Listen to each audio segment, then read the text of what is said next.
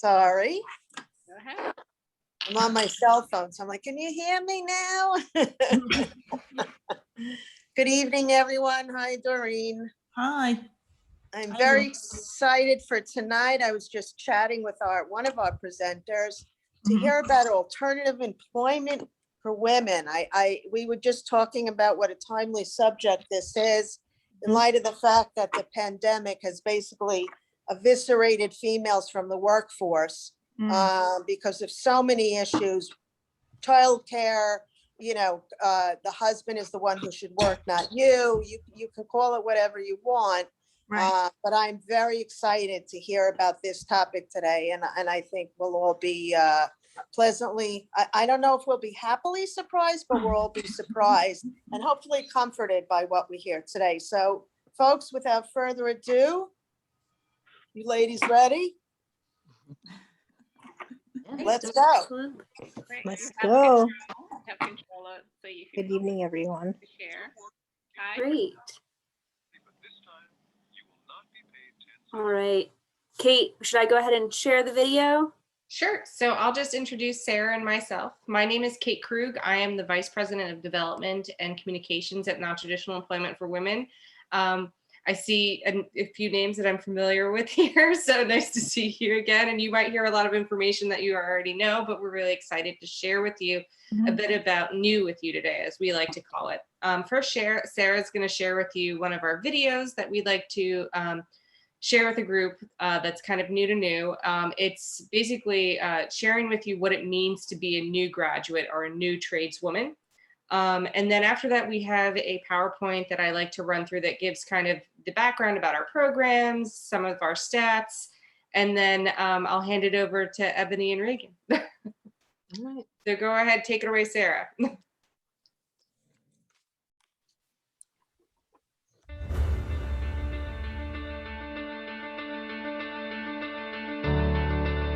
New has impacted my life immensely. I was always told, you're too short, you're too skinny, you're too weak, you can't do it. You don't feel that here. You feel strong. When you leave here and you graduate, you know you can do it. Like, they definitely put you in a position to get into the trades. This is a viable career opportunity, something that you can do and raise your family with, and something that's really enjoyable and fulfilling to do. This career has changed my life dramatically, not just for myself, but for my two sons as well. The security of starting a career and not just a job means a whole lot to me and to my family. Union apprenticeship is the start of a new path for me. It's stability, it's equality, and it's solidarity. No matter where I go, I know I'm representing new. Every single contractor that hires our women hires more.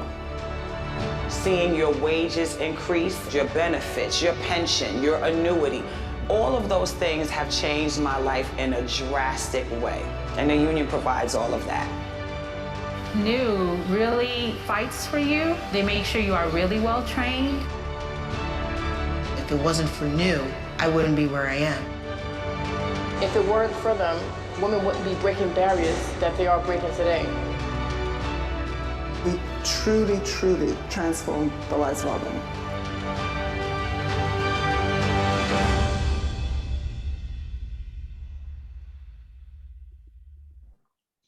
Thank you. That was good. So, we have a PowerPoint that we'd like to share with all of you that'll help us go through this conversation tonight to introduce you to non-traditional employment for women. So New's mission is to prepare, train, and place women in the skilled construction trades. We are helping women achieve economic independence and secure a future for themselves and their families. We like to share with people that we help people go from underemployed and unemployed to the middle class, which is no small feat. And it's not done by us, it's truly done by our tradeswomen. They are getting themselves prepared in our pre-apprenticeship program, working tremendously hard on their apprenticeship programs for 5 years or so, becoming journey level, earning as they learn, typically starting at about $19 an hour. and then qualifying for benefits and a pension, similar to 401k, things that you don't get working when you're underemployed or not receiving full-time hours at a company. So we are a 43-year-old organization founded in 1978. We were formed during the movement in which a lot of nonprofits were starting to be formed in New York City, and especially during the height of the women's movement. We operate out of Chelsea, Manhattan, out of an old firehouse station, which is where a lot of our training is happening. But during COVID-19, we find ourselves in a unique area where a lot of our training is now virtual. So we're 65% virtual, and that includes mostly trades math and our OSHA 10 and introduction to carpentry and electrical plumbing and painting and whatnot. And then there's about 35% of that hands-on training that's still happening in our shop, but out in Industry City, which is more of a warehouse space, in which we can have about 7 to 10 women at a time in the shop, earning that last 2 weeks to get their direct entry into the apprenticeship programs. Go ahead, Sarah. Next slide.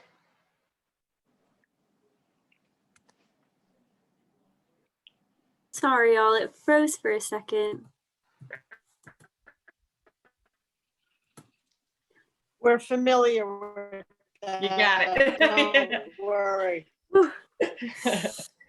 So as you know, and you've seen this number probably recently, where they like to say in the news, 10.9% of the construction trades are women. But what we all know, because we're more behind the scenes, is that it's actually 3% of the labor force is women.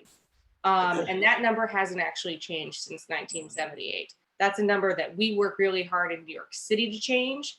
We have an agreement with the building and construction trades, as well as with the apprentices, to increase our set-asides so that 15% of most union spots are held for new graduates, because they believe in new graduates and they know that new graduates have what it takes to go directly into the apprenticeship program. But nationally, that is a needle that's really hard to move. We've pushed it so that while our goal is 15% in New York City, we've achieved a 7% women within the labor force. As we know that we were just talking about this earlier, 54% of COVID-related job losses across the United States are women. And most of those women were earning less than $20,000 per year. New York State's minimum wage is $15 per hour. If you're underemployed and you're making $15 an hour and you're not making the 40 hours a week, it's very, very hard to purchase just the necessities you need, to have to make decisions over food versus medical care versus rent. But new graduates, their wages average about $19 per hour for their first year, and they are guaranteed about 40 hours of work. This is a sustainable hourly living wage, and they're receiving comprehensive benefits, career development, that earn as you learn type of model that we talked about, and union protections, which is so important. We have a lot of trades that are very big into hiring new graduates. Of course, the electricians are really high up there. The carpenters, we have the utility trade, which includes Con Edison and National Grid, elevators, plumbers, sheet metal workers, iron workers, laborers. And of course, a new one that we're getting a lot of traction with is the building operations and facilities maintenance. So we want you to start thinking of new graduates when you're walking into these new buildings that you guys are working in, thinking that we can also be the building ops and facilities people on your teams. Go ahead, Sarah.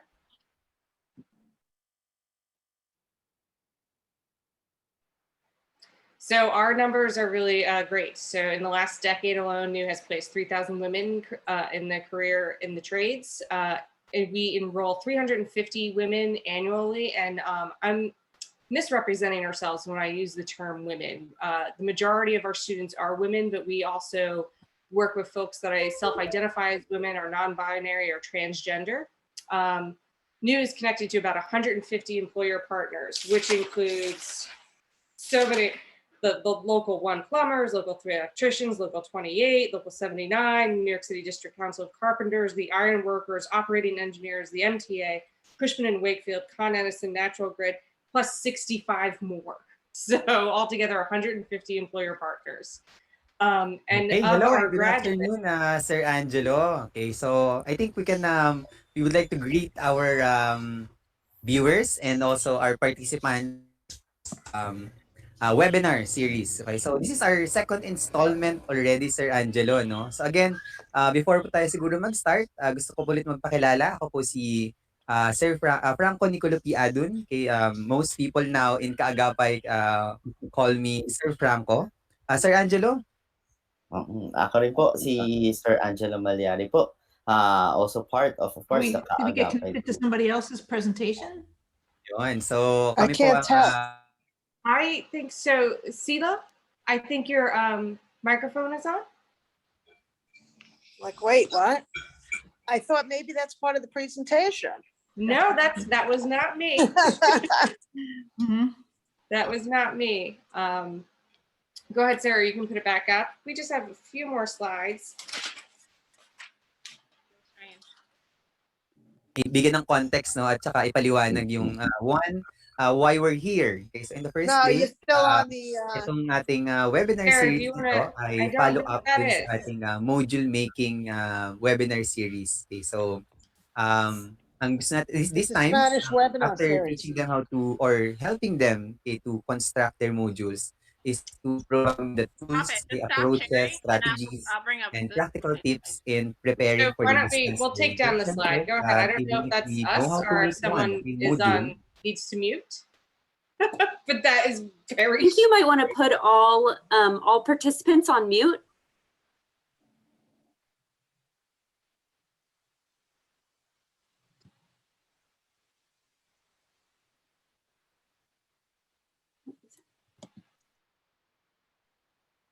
Everyone's muted. Let's try again.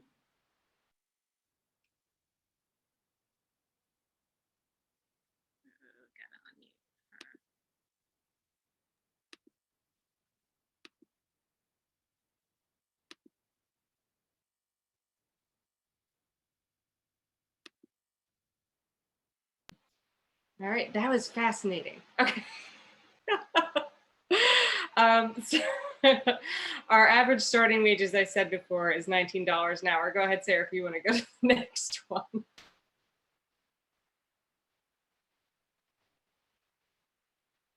So we have a couple of core programs here at NEW. Many of you are familiar with them. Our blue collar prep, NEW at night, and our advanced trainings. What is new to NEW right now this year is our green collar prep program. So that goes over the same things that our free no-cost training usually goes over with our blue collar prep, which is carpentry, electrical, plumbing, painting, lifting and carrying, which is really important that by the time our graduates leave our program, they're able to lift and carry 65 pounds. They get trades math and OSHA 10, but they also get a sustainability lens on a lot of that training to give our graduates that extra edge they need, because now a lot of the construction is being marketed as green construction. And we know that all construction is green construction. We want to make sure that our graduates have that edge. So it's making sure that they are on top of the terminology for green construction and building performance. And of course, like knowing things a little bit extra on solar panels and HVAC units and giving them like the inside edge on all of that. One of the best things that we have going on is our boot camp, and that's for all ages. And it gives you kind of a taste of what NEW is like. It's either 1 to 2 weeks long. Our most populated one is our youth boot camp, which is for ages 14 to 18. And that's really, we do that with the Department of Education, in which we try to bring in high school students to our program to give them a taste of NEW. We just had a really successful virtual one. And that's one of the things that we learned in COVID is that now we're able to have more, we're able to give students more access to us. Before it was a lot about field trips and permission slips. And are they allowed to leave campus and who's going to be there for them? And what about food and whatnot?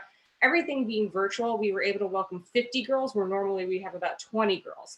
So we had 50 young girls come to our program. They did a virtual tour of the plumbers. They did a virtual tour of our tradeswomen speakers. They had an amazing time. This was a tough group of young women who we hope that we'll be able to see them enroll later on. Go ahead, Sarah, next one. So we're going to put in the chat box Kylie's story. So Kylie right here is a new graduate. She's in her 9th year right now. So she's a journey level carpenter. and was recently featured on people.com for her story. So Kylie's husband passed away about 9 years ago, and she had 4 children, and she needed to figure out a way to make ends meet. And she saw someone suggested to her the new program. So please, if you get the opportunity, check it out in the chat. It was on people.com. It's really amazing to see tradeswomen be featured in such a cool way. And like that people can really, hear from Kylie's story, and I hope come join the new program. Go ahead, next slide. And this is Alexandria. So I got to meet Alexandria at the beginning of the pandemic. So Alexandria was just learning, was a first-year plumber apprentice, and was thrown right into the hospitals. She was working on the medical gas piping in the hospital rooms, making sure that all the rooms were zero pressurized with oxygen available, which is funny when we think about it, because there's actually only one hospital built in New York City that had that, which is NYU. The rest of them needed that. So our plumbers were out in force making sure that was happening. So tradeswomen were boots on the ground during this entire pandemic, making sure that New York City was running. So Alexandria's story, will pop that in the chat for you as well. Go ahead. So new signature projects is a great way to get involved with new. It is when you're in the planning phases of your buildings. Say we'll go for one Vanderbilt right there. That was a new signature project. You work with us to help set your goals. We'll meet with your vendors, your subcontractors, and help you get that contract language you need to say that you would like to utilize tradeswomen in New York City on this construction project, at least 15% tradeswomen hours. We say hours, not women, because the hours is what means a paycheck. So having a woman on the job for one day is wonderful, and we want you to do that, but we also would like you to give them longevity and sustainability by putting them on for a certain amount of hours. Like giving them that year helps them progress in their career. Giving them 2 years, 3 years, that's the type of living wages that we're looking for to help be transformative. Hiring new graduates is easy. You can call up the unions and ask for them. If you get pushback or you hear that there aren't any tradeswomen available, you can call new. So you can call us directly, and we'll put our phone number in the chat later on. You can email us directly as well, and we'll help make those phone calls and make those pushes. And we say reach new heights because together this is good for not only New Yorkers, but it's good for the building trades to make sure that we're all working hand in hand together. Go ahead, Sarah. So coming up for us is our virtual luncheon. It's our first virtual luncheon. We're very excited about it. It'll be May 20th when it premieres. It'll probably be about 45 minutes long. This is the first time that we're doing anything virtual at this scale. We've had a lot of panel discussions leading up to it. Our honorees are Joe Mizzi at Siami, Peter Myers at the Ironworkers, and of course, News Ambassador Council, which is a volunteer group of women in the construction trades and industry that really do a lot of work helping us determine how to create signature projects, helping us with that goal language, and they're great fundraisers for us as well as amazing advocates. Go ahead, next page. So how do you get involved? Hire a new graduate. We would love that. You can host a new to new, which is something similar to this. Become a signature project. Get involved with our panel discussions, which is our new conversations, or perhaps we can collaborate together on a joint story like we've done with people.com. We recently had one with CNBC, and we're hoping to have a few more out there in the coming weeks. And that is that. Thank you, Sarah. That's fantastic. So I just want to say to everybody, thank you so much for having me tonight. I'm leaving you in good hands of Sarah and the rest of your team. I unfortunately have class that I have to go to. They won't let me out of it. But thank you for having me. Thank you so much. Thank you. Good to see you, Kate. Have a Take good care. evening. Okay. So And I'll go ahead and put those links that Kate mentioned in the chat for you all to look. okay, perfect. Are there any questions for the organization? I have some. Are there any? Actually, I had one question. I put a link in there for the. Go ahead, Doreen. Oh, okay. Well, I put a link in there. First of all, that's Department of Engineering. They have a workforce accelerator. I'm new, can take advantage of becoming a partner of theirs for their green collar people. And my question was, When did you get the contractors or the associations to agree to a 15%? I'm just curious when that happened. That I'm glad happened it in happened. But I'm wondering.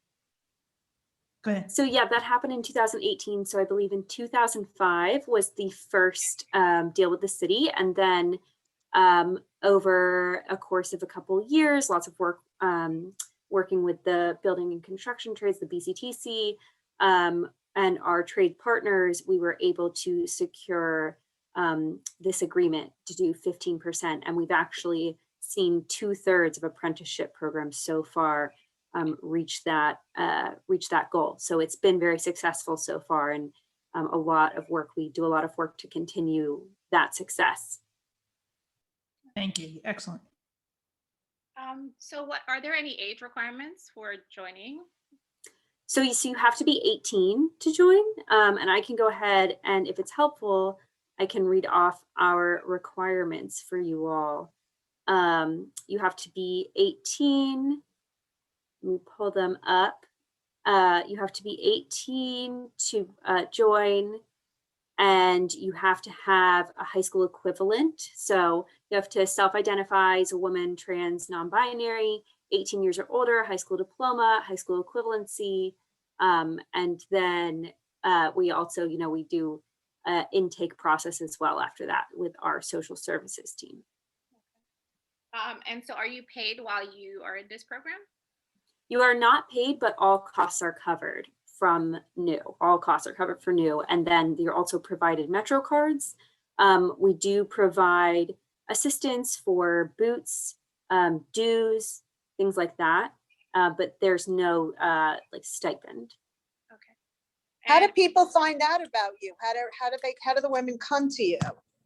Well, I can speak from what I know. Ebony, I feel like will have an Ebony and Judith might have a better idea of how they heard about NEW, but we hear a lot of word of mouth is how a lot of people find out about NEW. We do advertising. We used to do advertising on the subway, AM New York.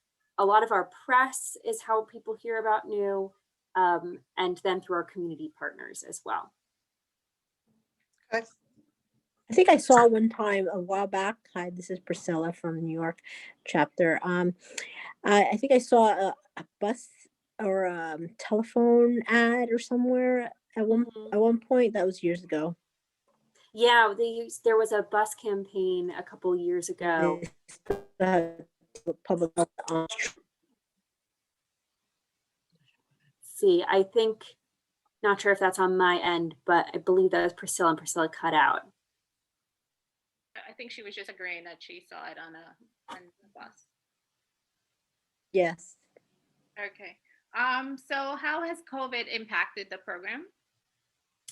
So we shut our doors physically in March with everyone else. And so then we quickly pivoted to virtual programming, and we are seeing a lot of interest in our programs. Our info sessions are very full.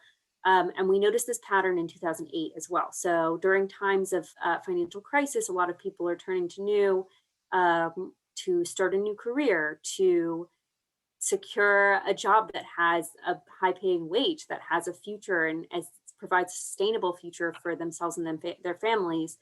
So we were able to pivot to virtual programming, and we were in a hybrid virtual program start in the fall. But we paused when there was a peak in COVID, and we're looking to get that started again in the next couple of weeks as well. So definitely we saw impact in what we were able to provide in person, but we believe that it is still very important to teach the necessary hands-on skills. So we were able to pivot to this hybrid program and still meet the demand in training while also being safe and just putting that safety first for our students and our graduates and our staff as well. So while we had to slow down in person, we still are seeing so much interest, and we are excited that we're able to do that pivot and continue providing our services. Okay. So we had on Monday, Miss Knox from New York State Department of Labor Apprenticeship Program. She was a training rep. How does NEW work with an apprenticeship program, that the type that her organization funds, the state funds. So we are pre-entry to going into a regular apprenticeship? So we have a direct entry program. So NEW is a pre-apprenticeship program. And so we provide that pre-apprenticeship training, and then our employment team works with our graduates to, narrow down what their trade of choice is. And then our employment team has those connections with the unions, with the apprenticeship programs. And so since we have direct entry, we're able to have those slots for our grads to go in and continue their training and do their apprenticeship training there. So that is how our connection with the unions works. Okay, awesome. So thank you for that.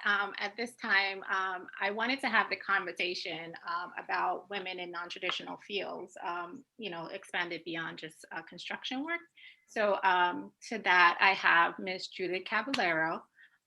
She works as a engineer, building maintenance engineer for New York City school system, as well as Ebony, who is a graduate of NEW, and she actually went the trade route, being a laborer. So I want to introduce both of them to talk about opportunities that are available to women in this field.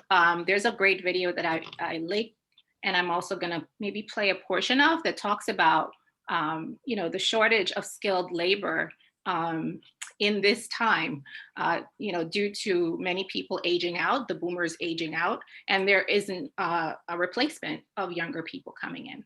So this is a really great high-paying opportunity area for women. And, because I think of the lack of exposure, women don't know that these are avenues that are available to them. And so this is why we want to have this conversation with these ladies. So, Judy, and then Ebony, introduce yourself and just talk about, what got you into these fields. Hi, everyone. My name is Judith Caravaggio, and I am a custodian engineer with New York City Department of Education. I started in the maintenance field when I was 23 years old. I'm 47 now. And basically, I was in and out of college, didn't know what to do with myself.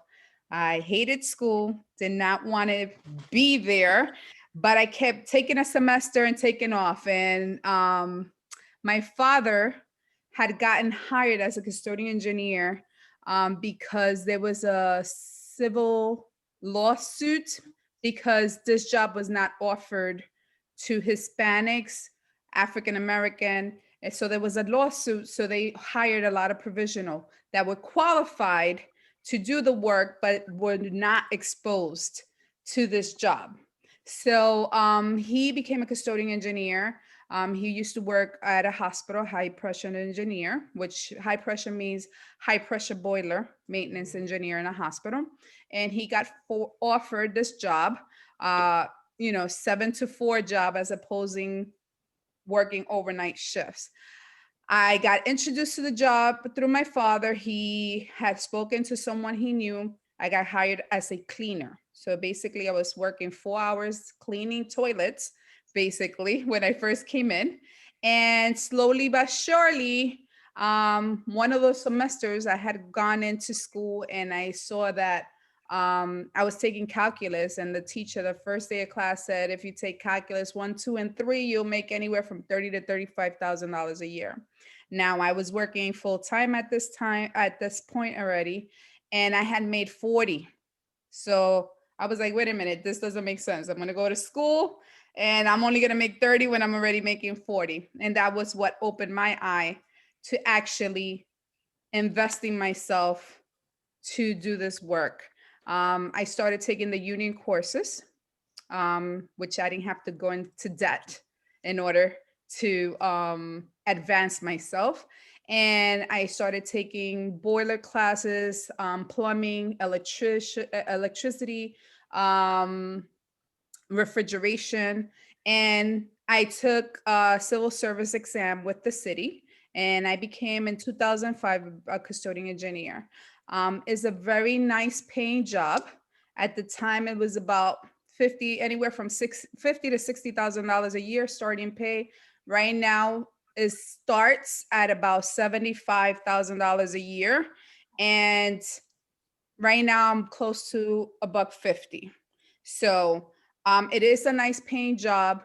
I never in my life would have thought that I would have been in this business, because even when I would back then, I said, there's no way I'm going to do that as a living. You know, I'm just doing this temporarily.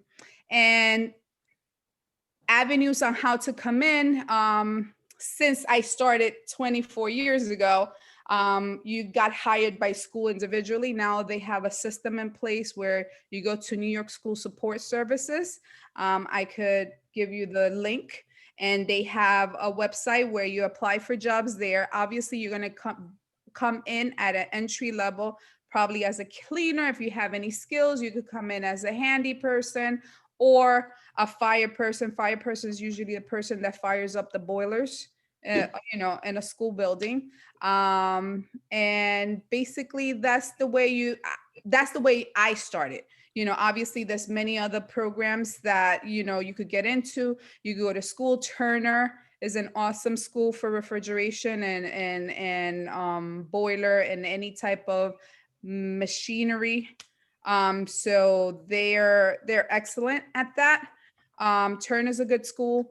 And again, NYCSSS, New York School Support Services, they're the ones that are hiring at the entry level where, you know, you could become a cleaner in a school building, and then you can move yourself up the ladder. And have you moved up? Have I moved up? Absolutely. I went from a 4-hour cleaner in a school building, and now I'm head of maintenance and engineering within the school that I work in. I'm in a high school now. I was at a elementary school at the time that I came in. Not everyone makes it up the ladder because not everyone is interested, but obviously I was not interested in staying just as a simple cleaner. So at that point, I just started taking the courses without getting into debt.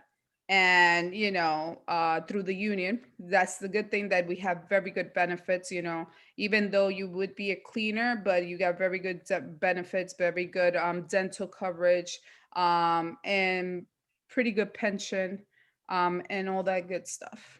Okay, awesome. So can you just stick around? I want to have Ebony Coltrane introduce herself and just talk about her path, and then open it up for questions from everyone. Absolutely. So good evening, ladies. My name is Ebony Cochran, as Reagan mentioned, from Manhattan, born and raised. Sarah mentioned something earlier when she mentioned a bus ad that New ran a few years ago. So two things happened as far as the bus ad. Firstly, I used to work at the Apollo Theater on 125th Street in Manhattan. I used to be a bartender. I thought I was a bartender, right? And so I was coming home one day, and the bus stop, it had a picture of New, Non-Traditional Employment for Women. I was like, you know what, I gotta call them. So I called them, and immediately they interviewed me over the phone. And then shortly after that, the whole thing started. I came in, I took a TABE test, I passed it, and then I did my 6-week pre-apprenticeship training. So that went well. So after the training, they give you a choice, 3 choices on the trades that you like to pursue. And so we had a guest speaker one day, and it was a laborer. And I was like, you know what? I think that's for me. I've always been a little bit afraid of math. So carpentry kind of was like, I don't know about that. I don't, you know, I might mess up someone's sheetrock. Don't leave that to me, you know? So I said, you know, let me do the laborer thing. Let me get these benefits. Let me start a career, right? Because I kind of for a while had bounced around. So I said, let me start a career. I think I was about 24. I said, let me start this career. So I did that. I got accepted into Local 79, New York City. And so just like Judith said, and I'm sure many other women here can agree to, if you have that spirit in you to elevate, you will. That's just this how it goes, right? If you have it in you, it's going to happen. So did my apprenticeship with them. I became a shop steward with them. I became a foreman in a couple jobs with them. And then as a foreman, I noticed on these jobs that a lot of the people with the white hats were walking around with iPads. And I said, what are they doing? It's more to this than what I'm doing. What are they doing? And so I started understanding the moving parts, the supers, the safety, the project managers, the different components of getting this building or getting this structure together. So I said, you know what? I want to do that. So 2014, so from 2007 to 2014, I had been a laborer. And so 2014, I made a choice. I said, you know what? I'm going to get out of the field and I'm going to go on the administrative side of things, if you will. And so I got hired by a company called Lero Engineers. I worked with them for 2 years. And while I was on a job with them at the Kosciuszko Bridge, Skanska was actually the GC. It was a joint venture, but Skanska was one of the GCs on that job. And I said, you know what? I want to see if I can get a job with Skanska. So somewhat, I went on the website. I found out who was in charge of HR, and I sent my resume directly to them. And surprisingly, I didn't think that this would happen. They called me in for an interview, and I was like, wow. So I went in for the interview and I got hired. And so I worked at LaGuardia Airport, the redevelopment project, as an assistant superintendent for about 2.5 years. And that was an awesome experience. Many days it was tough, but I will say that along with everything that I've gone through so far in construction, it's necessary. It's what I needed to kind of, you know, build me up as a confident woman, you know, continuing to be a confident woman in this industry. And so I worked there, a lot of pressure, but I did that. And then as I was speaking, I mentioned to Reagan in an earlier conversation. I forgot to mention actually, 2010, I forgot this part. 2010, I got hired at Local 79 Mason Tenders Training Fund. So just so you know, all of the laborers that come out of Local 79, they have to be trained. OSHA, scaffolds, you name it, they need training. So they hired me as an instructor to train Local 79 laborers. So I did that for 10 years. By the way, I forgot to mention that. So from 2010 to 2020, I've been an instructor with Local 79. And I was working at the airport at the same. I've always had 2 jobs. So up until June of 2020, I left Local 79 as an instructor manager. And I kind of started working for another company as a safety manager, and also continuing to build my own business as a safety training and health and safety company. So, yeah, that's my journey so far with construction. Can also, you be a talk show host? You seem like I you would could like be a talk to. That would be nice, right? I'm like this. I would like to. And I just want to say that bus ad that New ran, one day I'm at work, I'm working at NYU Hospital, Langone Hospital. I'm working, sweating bullets, right? And my cousin sent me a picture, and it's me on the bus ad thing, whatever, for New. And I was like, wow, I had no idea that they would do this. Someone asked me, they said, Ebony, we're gonna do an ad. I was like, okay, no problem. So they came to NYU, they took pictures, but I didn't think anything of it. And so my cousin said, this is you? I said, yeah, you know that's me. And so, yeah, I have the picture upstairs in my bedroom, actually. And that's, I've been living in New York. I'm 37 years old. No, wait, I'm not 37, I'm 38. I'm 38 years old. And I never thought that I would see my picture on a bus, a New York City bus. So that was cool. really, that was it. That made my day when I saw You made it. Yeah, that was good. I was so happy. I showed my mom and everything, so that was nice. I'm sure. But yeah, that's it. And so yeah, I mean, New helped me a great deal. New was the foundation. New started everything for me. They put it in my head like, okay, there are these doors, you can go through them, just pick it. What do you want to do? So yeah, they helped me out. And then Local 79 definitely helped me out because they gave me a lot of opportunities. A lot of, you know, there's some people who have jobs and it's hard to climb up, right? It's hard to climb up that ladder for whatever reason. But I've always been connected with really good people, you know, who see the potential and they guide me. And so I think I mentioned this to you earlier, Ellen. I've always had good people in my corner, and I appreciate that. It's been beneficial to me. Yeah, thank you. It's been really, really beneficial to me. And so that's all I got, y'all. All right, thank you. So Good story. Thank you. you know, and the way I found out about New one of the ways I found out about you as well is a friend of mine's cousin. She told me she was going to nursing school and decided that, you know, she saw the ad as well, and she decided to call and decided that this was a career path for her. So, Oh, that's cool. yeah.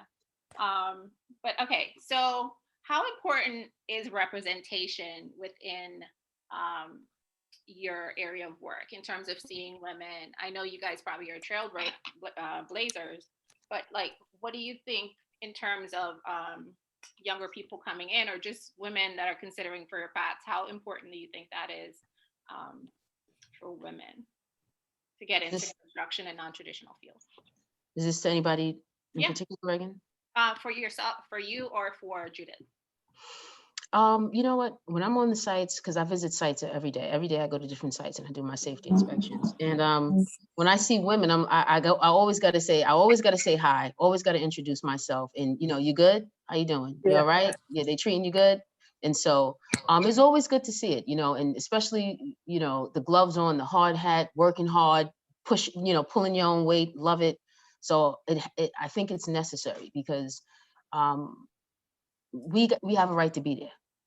You know, we have a right to be there. We have a right to want to make money in the way that we want to make it. So yeah, I think it's necessary. Why do you think question to both women, why do you think so few women know in the year 2021 about these apprenticeships and new and jobs and whatnot? Why aren't they being drawn in? What do we need to do? You want to take a shot at it, Judith? Well, I think that women are not exposed enough to know that this is even an avenue to go to. I know from my own experience, when my father first told me, listen, stop fooling around and come get a cleaning job, I was like, what are you talking about, Dad? I had worked at McDonald's, I had worked at, a retail store, and that was the type of job that I was going to. Yeah, he was like, knock it out, just come here. And honestly, I had some pushback towards it. Like, I'm not going to go to clean bathrooms. What are you talking about, Dad? And, I did it anyway. Had he not pushed me to do it, I don't know where I would be today. Obviously, I would have been somewhere because I don't give up. Yeah. I want to move up in the world, but I wouldn't be where I am today. And with reference to what you said, when you see other women in this field, it's so few of us that, as you said, Ebony, that you just have to, like, there's New York City custodian engineers, there's about 1,200 New York City custodian engineers right at this time. And when I first started as an engineer 15 years ago, there was about maybe 25 women custodian engineer, I would have to say. That's like a maximum 25. Right now, there's about 70, I would say, which is still a very little percentage, and we do stick together. And I see there was an exam given in 2018. The list just came out and I saw the names and I was so impressed of how many females is on this new list. They just started calling so they could hire. And I was so proud, of how many women are actually opening up to this. So I'm very happy, but I'm sure there's many ways we could still open it up. I'm not sure what those avenues are. This is definitely a way to open it up to women, because you can make a decent salary, very decent. I mean, you're a success story. She's a success story. I mean, I want, young women to know that. Other than working at McDonald's, I mean, look what you made of, it's incredible. It's very impressive. And I think if we could get the message out there somehow. Right, Ellen, I agree. I think it's the exposure, right? For me, in order for me to be here right now, I had to see that bus ad, right? So that's what you always see construction workers, and I always thought about it like, I don't know, I think I'm gonna do that. But when you see the ad and it's specifically for women in construction, you're like, okay, so there's this place that I can go to. that can help me or put, put me on the right trail so that I can do, get where I need to be. So it's the exposure. And then it's also, I feel, support. So once you get there and you start doing what you have to do, support, because I feel like if you have the support, it kind of maintains you wanting or staying in the industry. Because like I said earlier, it can be tough. So, but if you have people around you can talk to, can say, hey, you know what? It's okay. Don't worry about it. Or you know what? I got you. We're going to go curse this guy out together or something like that. No, you feel, you feel better. You feel like, all right, I'm going to go to work. I want to do it. Let's go. You know what I mean? So the exposure and the support, I think that's vital. You know what I mean? Judith, how was it for you going the union route straight? Did you have any pushback from male counterparts, or was there any issues that you encountered? Actually, I would not say that before becoming a custodian engineer, I had any obstacles. When I did become a custodian engineer, I had, especially from the construction aspect, like, at the school level, things were good. But whenever I had a construction going on in my building, they bypassed me and always came to me like, oh, well, where is the custodian engineer? And like totally disregard me past. And I usually manage men, and they would not face me or speak to me. And that was a bit of a challenge for me, because I was like, wait a minute, and I had to, at the beginning, I'm a little bit on the conservative side. So it was a little hard for me at the beginning. But at this point, I'm like, hello, I'm the engineer over here. That is my employee. He works under me. And everybody gets like this look on their face, like, excuse me, So you keep doing that.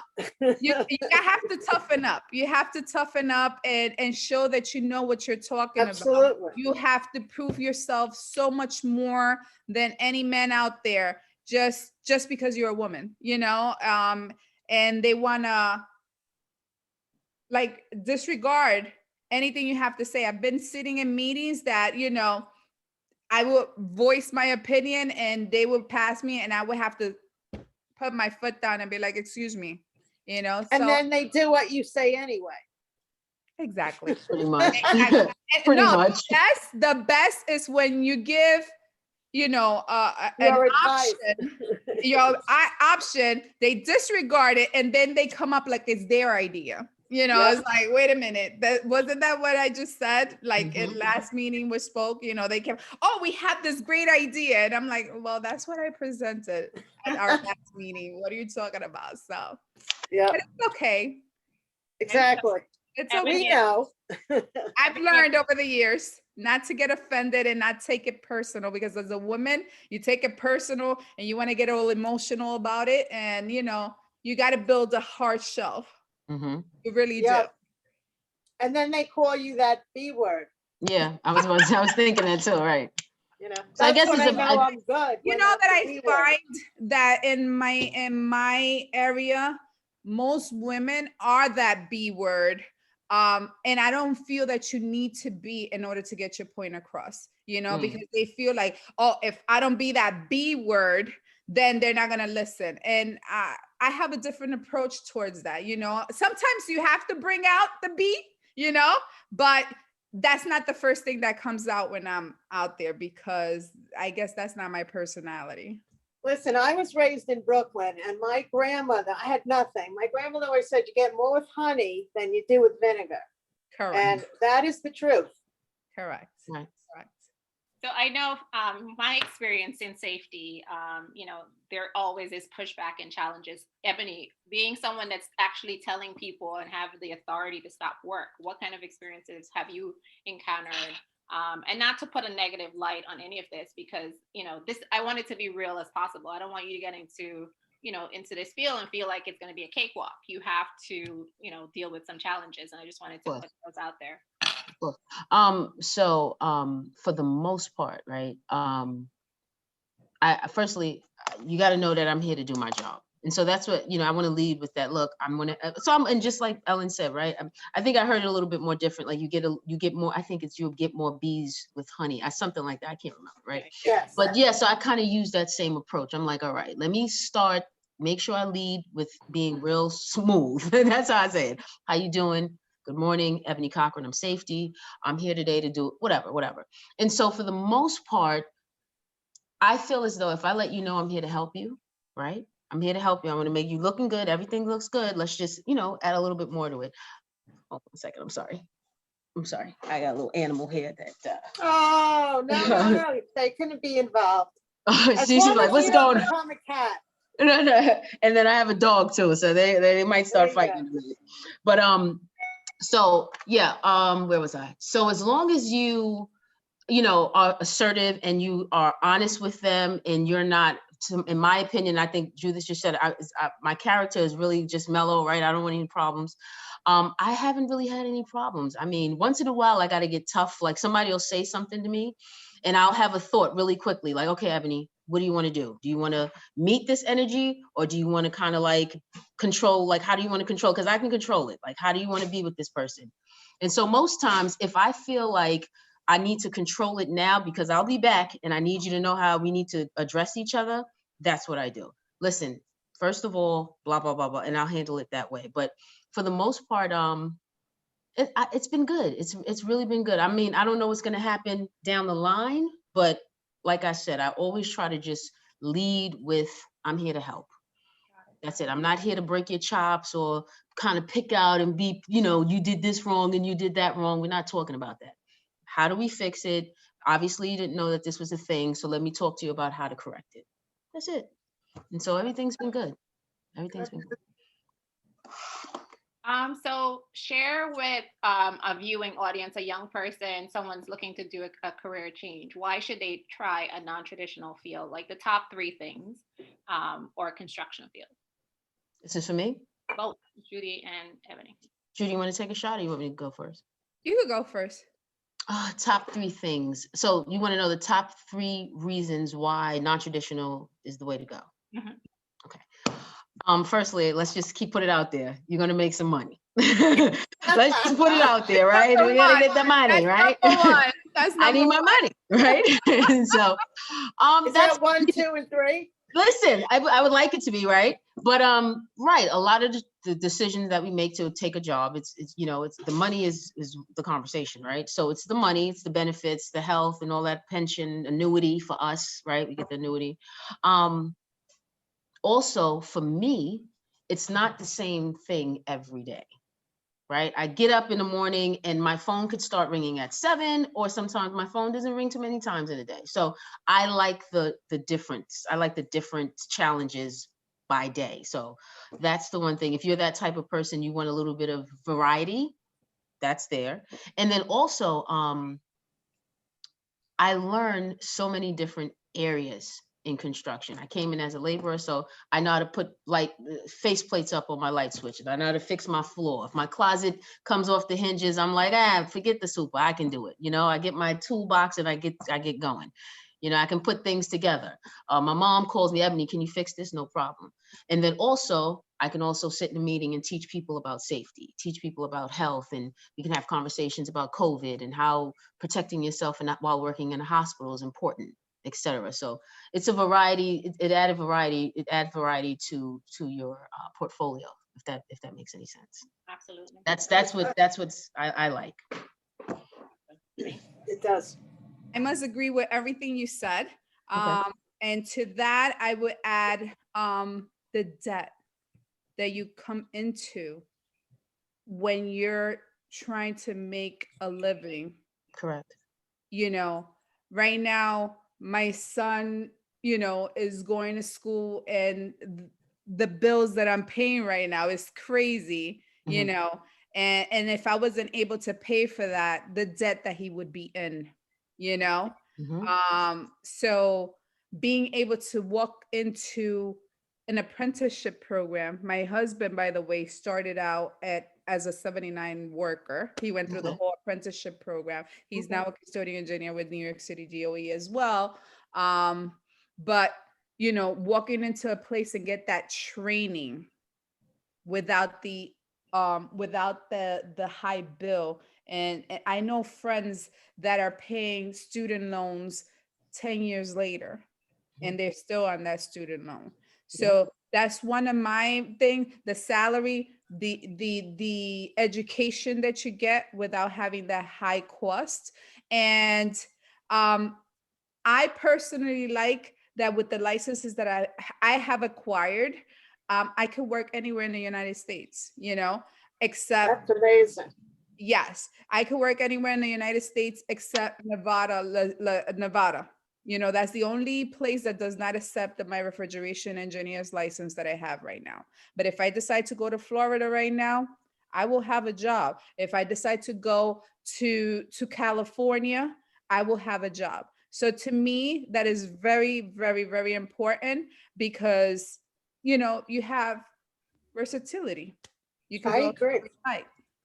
And, you know, again, I have a city pension. I have the annuity, as you spoke about. I know that when I decide to retire, obviously I'm going out at 57. I'm not going to wait more than that. You're not gonna wait. No, I'll be 25 years. I'm out. I'll be 25 years as a custodian engineer at the age of 57 and I'm out. I have another 10 years with Local 74. So, you know, I know that I'm going to be okay. Okay. That's awesome. Yes, you will. Yeah. Wow. I want to just add, I'm sorry, Megan. No, you're set for retirement as well. You've created a cushion for yourself that you can, yeah, that's awesome. Go ahead, Ebony. No, I was just going to say, so with everything that Judith was saying, when you were talking, I was just thinking of something and the word just came to my mind, just confidence, right? So I just feel like with the training and the support and the money and this and all these different components, it's just confidence, right? Because you're confident in your retirement, you're confident in the work that you do, you're confident in the licenses that you earn. And, you know, and so, yeah, that's another reason why the training and the, you know, loving what you do, I feel is also very important. Yeah, I think that having your own credit. Absolutely. Working, You know, right? Building your, things. Independence, right? Yeah. Absolutely. I think it's really important that what you said, that you can go to different parts of the country and still be able to get employment, you know, with these certifications. That's really important. And that's one of the things that give me confidence as someone that's in safety, you know, to be able to, you know, do this type of work anywhere, right? And I think one thing I always want to plug is that I think women in safety especially is very naturally geared towards that, because I think we're naturally nurturers, we're naturally caregivers, multitaskers, and we want people to succeed. And I think that's what safety is about, empowering people to do better and, you know, be safer. So that's always my plug. Sarah, is there anything that you want to add about? I mean, I always think that the best way to learn about new and working in the trades is hearing from tradeswomen. So I think that Ebony, I'm just, you know, it's always wonderful to hear the story of, you know, your journey. I put a couple links in the chat just for some information about new, about how to get more involved, and some more tradeswomen stories as well. But all I really have left to add is that we're just really glad that we could be here and present tonight.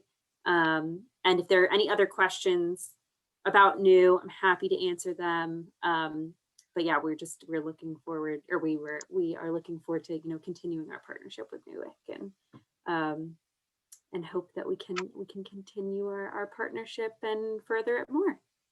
Thank you so much. Judith, we know what your trajectory is, retirement at 57. Ebony, what is it that you want to accomplish? Is there anything you want to put out there that you want to, you know, do? Your next Only thing I can say is that I just want to see how far I can go. So I really don't know, but I'm being very honest with you. I really don't know, but I want to see how far I can go. That's it. If you were to imagine, what would you say that would be? One more time. If you were to imagine this height, that pinnacle, what would that be? Just my business, just having a business where it's running, it's successful, it's going, and that's what I want. That's it. Awesome. All right. So any other questions? just a very enjoyable group of ladies and really Absolutely. wonderful stories. I have to tell you, it's great to hear these type of stories. I wish more women could, because they make you want to go out and do that. Yeah. Absolutely. Yeah, I mean, this is what I envision. I do want to share this with some young people, both Yep. the apprenticeship route as well as new, just to let them see, and the non-traditional fields, getting on the third list and doing the New York City DCAS list. Judith, can you tell us about when those come out, the exams? I couldn't find the unmute button. So they put them out, they establish lists. You know, they do, you obviously have to be prepared to take the exam. You have to have certain certificates, you have to have certain experience. You file for the exam. I started working in the fields in 96. The next year after that, 97, there was one exam. And everybody that I knew told me, take that exam. And I was like, I'm not doing this for a living. What are you talking about? And I had to wait 7 years for the next exam to come. Oh my God. 2004, right? And that was like, I was devastated because now I had all my licenses. I was ready to go. And I was not ready. You know, they weren't putting out the list. I was lucky. They put out the list in 2004, 2005. Within 1 year, I got hired. I told my husband, who used to be a 79 member, a local member, and I told my husband, take the test. When I took it in 2004, he was like, you're crazy. I don't know enough English. You know, I can't handle it. Yeah, he manually could do everything, but he felt that he didn't have, he had too much of an accent to take the test. I'm like, just take the test. Don't do what I did. And, you know, you never know, if you don't want to take the job later, you just say decline and you don't take the job, but take the test. He didn't take it. He had to wait 9 years. 2013 was the next time they put out the exam. That's crazy. Yep, he in 9 years they put it out, and then he didn't get hired till 2016. Okay. Oh my God. Yeah, because the list, it's a long process. They establish, you take the test, then they establish the list. If there's any holdups, if there's any protests with the exams, it gets hold up, it gets put to the side. So, you know, that's what happened between 97 and 2004. There was a lawsuit. So they held it up. Then, you know, from 2004 to 2013, I don't know what happened then, but it, you know, it's crazy. You just have to be, you know, a good place to go is the chief. I used to have the newspaper that used to come to my house. I think they do it digitally now. Yeah. So the chief is where they post all, you know, exams. You know, firefighters, police officers, any type of, you know, non-traditional jobs, or, well, it is a traditional job, but what I'm saying is civil service. There you go. Yeah. Civil service exams, they get put on that, and that's the best place that I would say to look and be on the lookout. And open see-through New York, no, not see-through New York, open database, DCAS is another place. That's where they, you know, put the list and they date. You got to make sure to apply on time, because if there's a deadline, if you don't put that in, then you're, you know, stuck and won't be able to go back. You know, obviously as a police officer, firefighters, you know, sanitation, all of those get put out more frequently, MTA. But I find that the New York City custodian engineers exam gets held up for a very long time. That's crazy. And then people are holding on to those positions for a very long time too. Yep. Correct. I mean, there's many positions open now because a lot of the old timers retired now over COVID. So this new list was established. So I'm sure a lot of people will be getting hired soon, you know, a younger crew. When I first became custodian engineer, the dynamic was older white men.